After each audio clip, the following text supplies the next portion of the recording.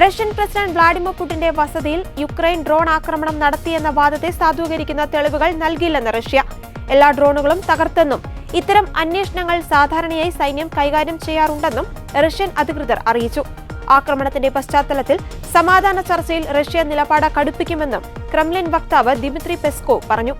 ഇത്രയും വലിയൊരു ഡ്രോൺ ആക്രമണം വ്യോമ പ്രതിരോധ സംവിധാനത്തിന് മികച്ച ഏകോപനത്തിലൂടെ തകർത്തതിന്റെ പ്രത്യേകം തെളിവുകൾ നൽകേണ്ടതില്ലെന്ന് കരുതുന്നുവെന്ന് ക്രെംലിൻ വക്താവ് ദിമിത്രി പെസ്കോവ് പറഞ്ഞു.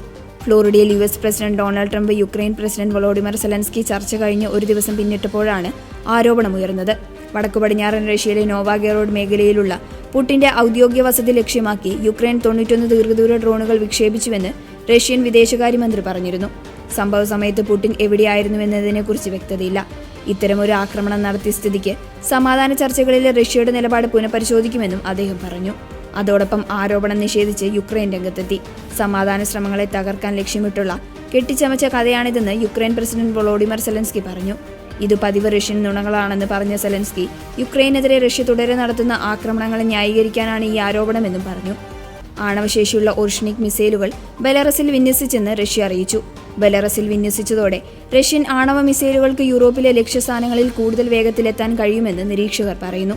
ഏകദേശം 5500 കിലോമീറ്റർ ദൂരപരിധിയുള്ള ഈ മിസൈലുകൾക്ക് യൂറോപ്പിൽ എവിടെയും ആക്രമണം നടത്താൻ സാധിക്കും. റഷ്യയിൽ നിന്ന് US പടിഞ്ഞാറൻ തീരത്തുപോലും ആക്രമണം നടത്താൻ ഓർഷ്നിക് മിസൈലിന് ശേഷിയുണ്ടെന്നാണ് പ്രതിരോധ വിദഗ്ധർ പറയുന്നത്. ശബ്ദത്തിന്റെ 10 ഇരട്ടിയിലധികം വേഗമുള്ള ഈ മിസൈൽ തകർക്കുക എന്നത് അസാധ്യമാണെന്ന് റഷ്യൻ പ്രസിഡന്റ് പറഞ്ഞിരുന്നു. നാറ്റോ അംഗങ്ങളായ പോളണ്ട്, ലിത്വാനിയ, ലാത്വിയ എന്നിവയെ അതിർത്തി പങ്കിടുന്ന രാജ്യമാണ് ബെലറസ്. പ്രതിരോധ മന്ത്രാലയങ്ങൾ പുറത്തുവിട്ട വീഡിയോയിൽ മിസൈലുകൾ വനത്തിലേക്ക് കൊണ്ടുപോകുന്നതും വലകൾ ഉപയോഗിച്ച് മറയ്ക്കുന്നതും കാണാം. എന്നാൽ മിസൈൽ സംവിധാനം ബെലറസിൽ എവിടെയാണ് സ്ഥാപിച്ചതെന്നതിൽ വ്യക്തതയില്ല. ഓർഷ്നിക് മിസൈലുകൾ രാജ്യത്തിന്റെ നിശ്ചിത പ്രദേശങ്ങളിൽ സൈനിക ദൗത്യം ആരംഭിച്ചുവെന്ന് ബെലറസിന്റെ പ്രതിരോധ മന്ത്രാലയം പ്രസ്താവന ഇറക്കിയതായി രാജ്യാന്തര മാധ്യമങ്ങൾ റിപ്പോർട്ട് ചെയ്തു.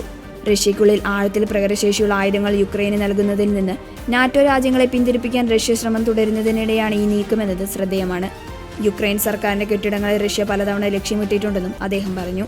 റഷ്യയുടെ പ്രചാരണങ്ങളിൽ വഞ്ചിതരാകരുതെന്നും രാജ്യാന്തര സമൂഹത്തോട് സെലൻസ്കി അഭ്യർത്ഥിച്ചു.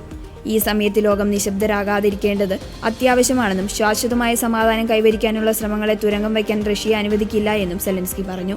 ആക്രമണത്തിൽ ആശങ്ക പ്രകടിപ്പിച്ച ഇന്ത്യ, പാകിസ്ഥാൻ, UAE എന്നീ രാജ്യങ്ങളുടെ പ്രസ്താവനയിൽ യുക്രൈൻ നിരാശയും ആശങ്കയും രേഖപ്പെടുത്തി. അങ്ങനെയൊരു ആക്രമണം നടന്നിട്ടില്ലെന്ന് യുക്രൈൻ വിദേശകാര്യ മന്ത്രാലയം പറഞ്ഞു.